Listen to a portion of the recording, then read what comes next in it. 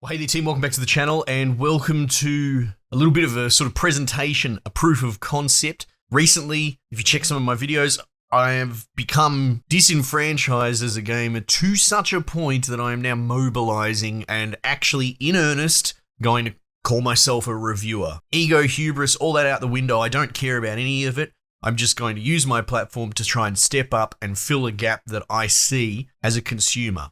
I want this to exist, therefore I'm going to do it. If you've tracked the channel for the past year or so, I have been reviewing, overviewing, I've been playing with formulas and testing to try and find my own rhythm. Earlier in the year, I floated the idea of a 100-point system. I didn't really convey it super well. To be honest, it wasn't actually completely thought through correctly. This is a little bit of a return to it. So this might be a little bit dry, tantamount to a bloody PowerPoint display, but it's important that this video exists at least for me and for my product, let's say, so it can be a reference point, perhaps even sort of pinned as the video on my channel. And over time, it's going to adjust, right? People are going to give feedback and the product will sort of be living. In fact, the whole idea is to have a living, relevant, contemporary review ranking system that evolves over time. Things like Game of the Year being in December, but that missing out a bunch of games.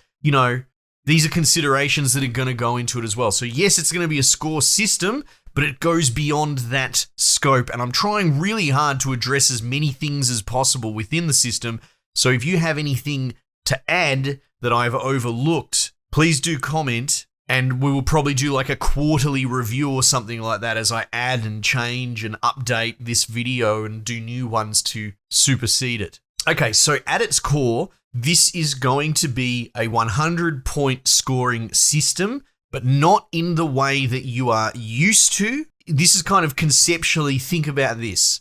We have score systems. We do gravitate towards score systems. Even those of you that are sworn off and hate IGN and etc., the establishment, that's less because their score system is not something that you want to work, and more that you've become, like me, disenfranchised, right? And you're moving to the new brand, which is the video essayists on YouTube. Now, I've raised that I have my personal issues with that a little bit too. How it kind of has been co-opted by the more artistic writer's flair type people. I'm not trying to sling mud or anything like that, but just to bring you up to speed. That caters to us as gamers because it's the best thing that we've got on the market. I did mention I like ACG because he's a bit more clinical. There is a little bit more old school in him. Anyway, my point is, start with the concept that started it all. Back when games started getting reviewed, we were talking about a point scale. And you could probably dig it out. 7 wasn't the 5 then.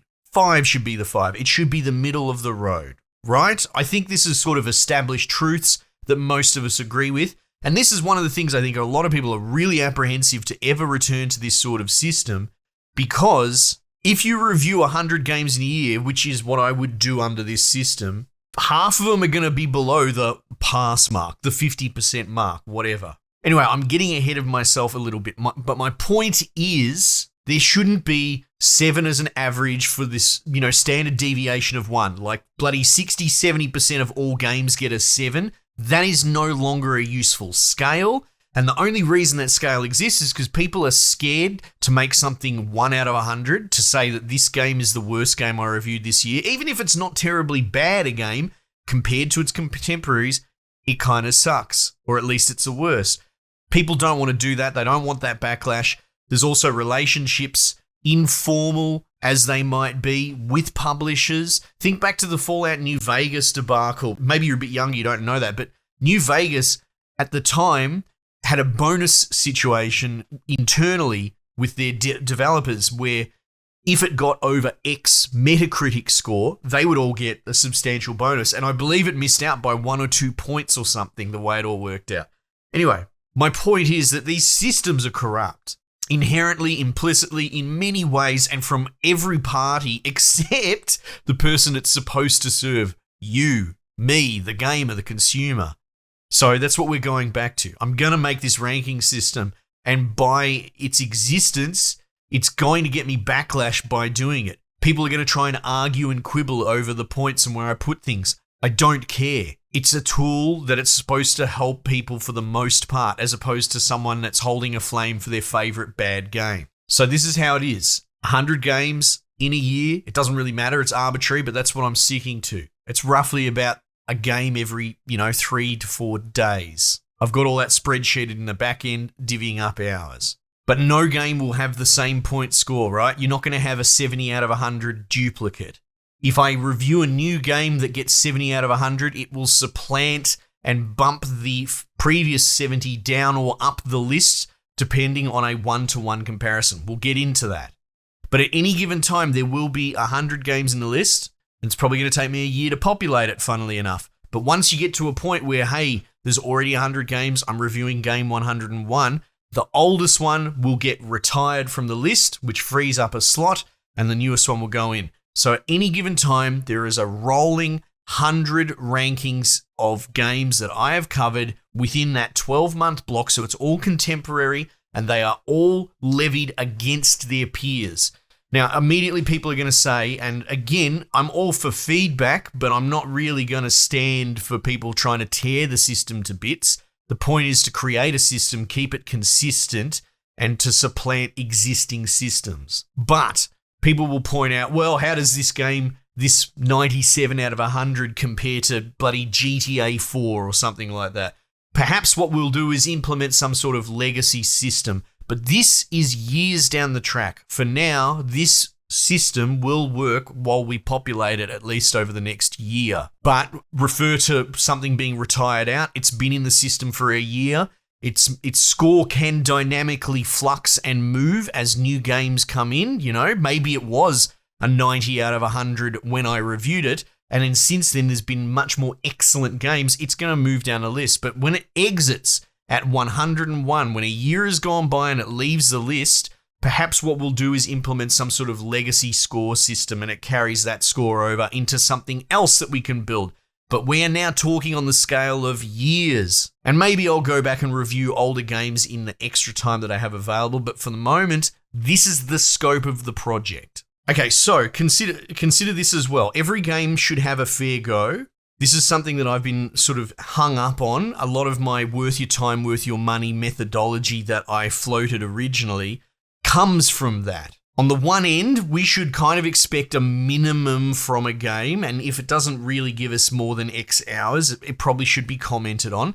Inversely, a very modern phenomenon, and by modern I mean the last decade or so, is games bloat, right? There are games that are wasting your time in an attempt to turn them into a live service or just to pad with content. And I am not going to give that game 500 hours of my time, not if I can help it. Fortunately, we kind of have a statistical bulk that gives us a touchstone in that how long to beat. You should check it out. It's a pretty interesting website. People log their statistics over time of how long it takes them to complete a game. And there's a stats page there that takes a grand average across all years. And wouldn't you know, it sits at around 18 hours. Now, this fluctuates from year to year, 16, 17, 18, but 18 is a pretty good starting point. Some years it blows out because everyone plays Terraria and that takes 10,000 hours. But broadly speaking, as a rule, because again, this is a system, 18 is a good number. And that kind of lines up with my math in recent times, actually. I would give like a $90 Australian game, which is a AAA game, 18 hours. So I think it's actually pretty reasonable. So how will this manifest? Ultimately, every game is going to get up to 18 hours from me. I'll play it, I will clock it. However, if I hit 18 hours and we're still bloody in the prologue or chapter 1 or whatever, right? Because there are going to be games like that. We stop. I will do a soft review video. I will seed the score appropriately. And what will happen, because it's an average, remember, if there's a game over 18 hours, there's probably a game under 18 hours. And within that sort of, let's say, allocated 18 hours of review slot that I have for a game, I don't know, maybe it's only a 5-hour game. That previous one that was more than 18 hours, I will play more on the back end over a longer span of time into that kind of score deficit or that hours deficit created by the game that was less than 18 hours. So funnily enough, it will work out over time I will probably do a follow-up second review for that game, for that Witcher 3 type game. I did a soft review at 18 hours, and I will probably do a full review at 50 hours or something, but that won't be timely. That will come out whenever it comes out, whenever it happens.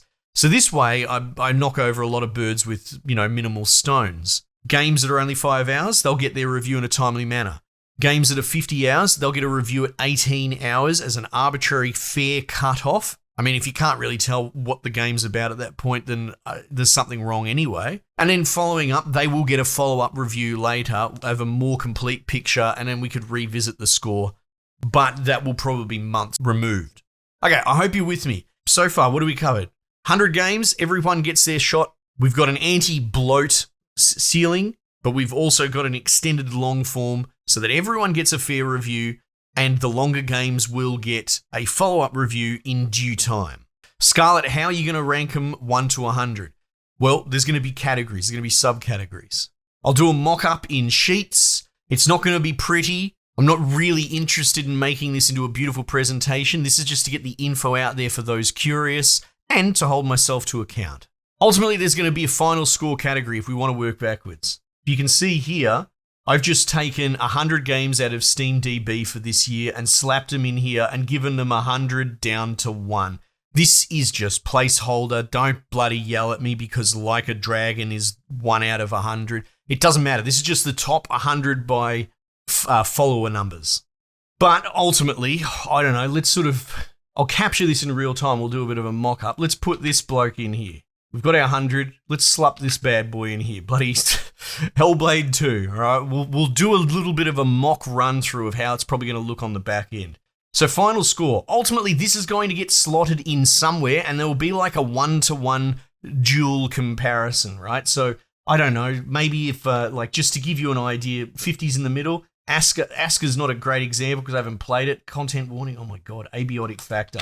Right, let's say for whatever reason, and we'll get to it, Senua's Saga is going to seed at 48.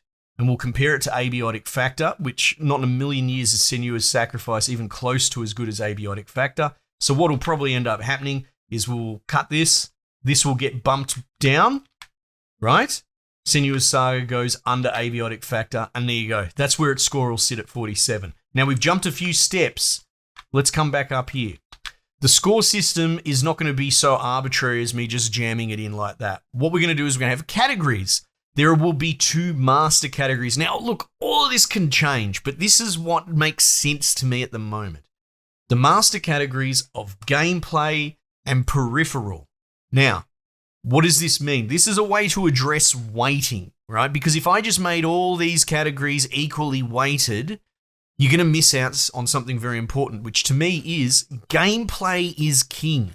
Gameplay is, well, I don't want to say all that matters, but it should at least be 50% of the equation. I don't think anyone really is going to disagree with me, other than someone that bloody plays visual novels or thinks that the AAA industry walking simulator is the way that we should be going. Funny that we're playing Senua's Hellblade here, but whatever.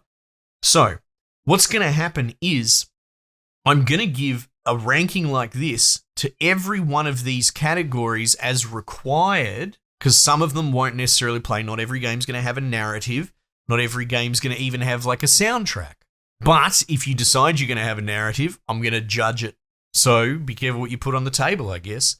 But ultimately, gameplay is going to count for a 50% weight, and peripheral will be 50% weight as well. So I don't know, let's say Senua's Hellblade gets 30 out of gameplay compared to its contemporaries. It's pretty generous, right? So maybe that's a 30 over here.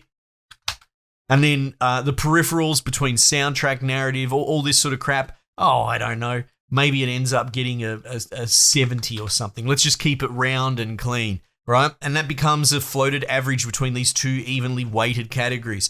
30 plus 70, 100. 100 divided by, well, 2 in this case will be 50. So that would be where we would put it, down at the 50 category. I hope people are keeping up so far. Now, the next step down is the subcategories of these categories. Now, at the moment, gameplay to me should only consist of 2 categories, loop and arc. And to give you an idea what I'm saying, I think people probably understand loop. People know the sort of Halo moment-to-moment 10-second fighting example. I use it often as an example of an almost perfect loop.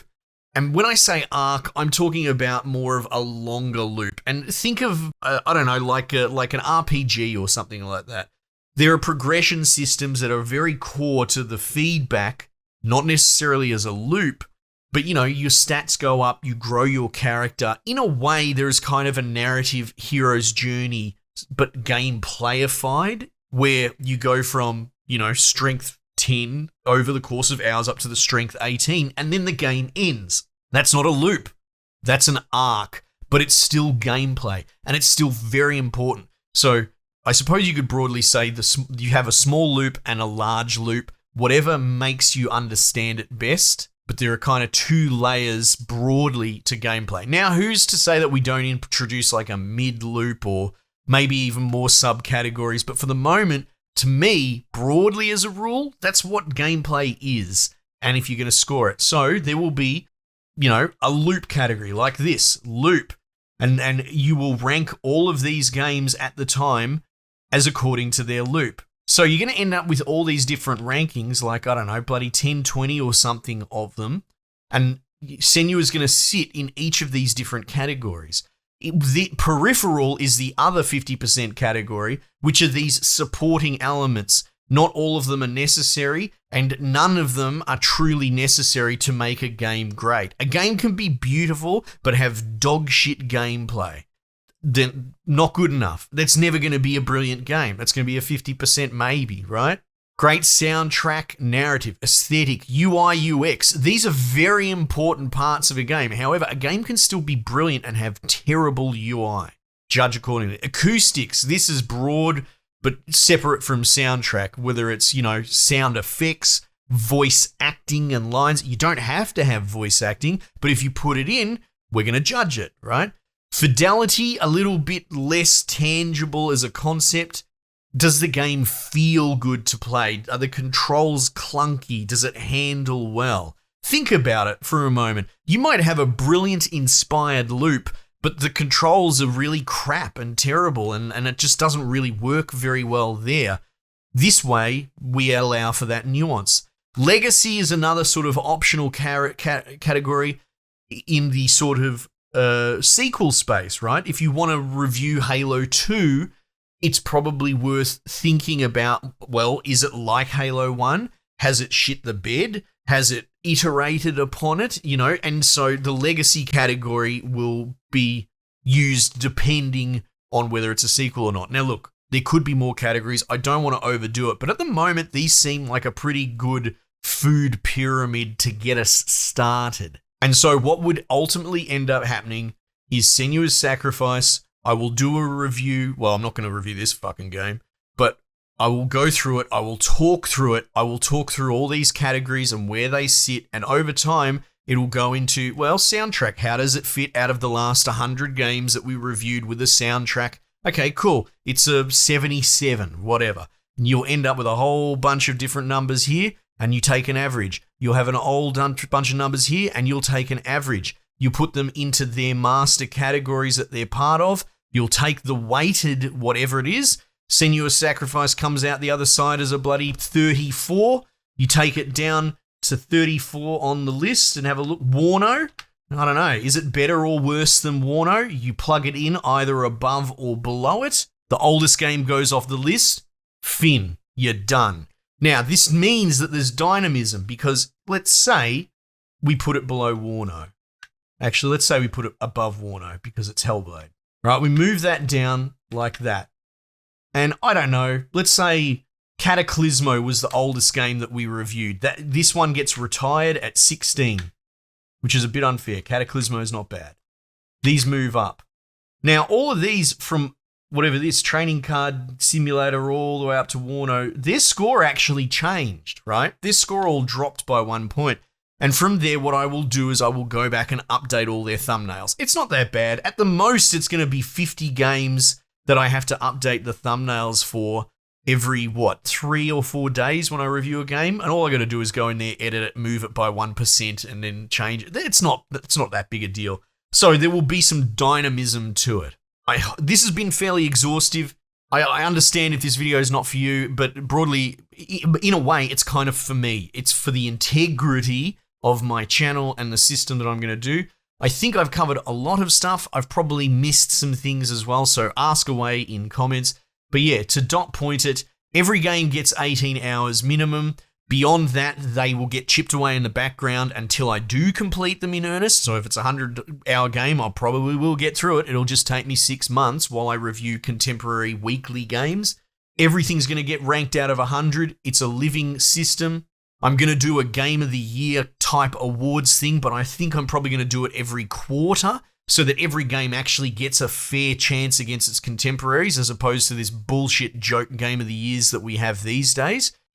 So we'll do it in quadruple probably. It's all ranked according to fair systems, and as far as weighting, everything gets fair weight, apart from gameplay, which takes 50% of the weight, which I think if you're arguing with that, you should check yourself about your gaming credentials. It should be a game first. And so therefore, the majority, or at least 50% of everything that matters is about whether it is a good game. Anyway, I need a rest. This has been a lot. I'll chuck this up. Let me know what you think. Otherwise, I'm waffling. Team, might just leave it there for the time being, and I'll catch you guys on the next one.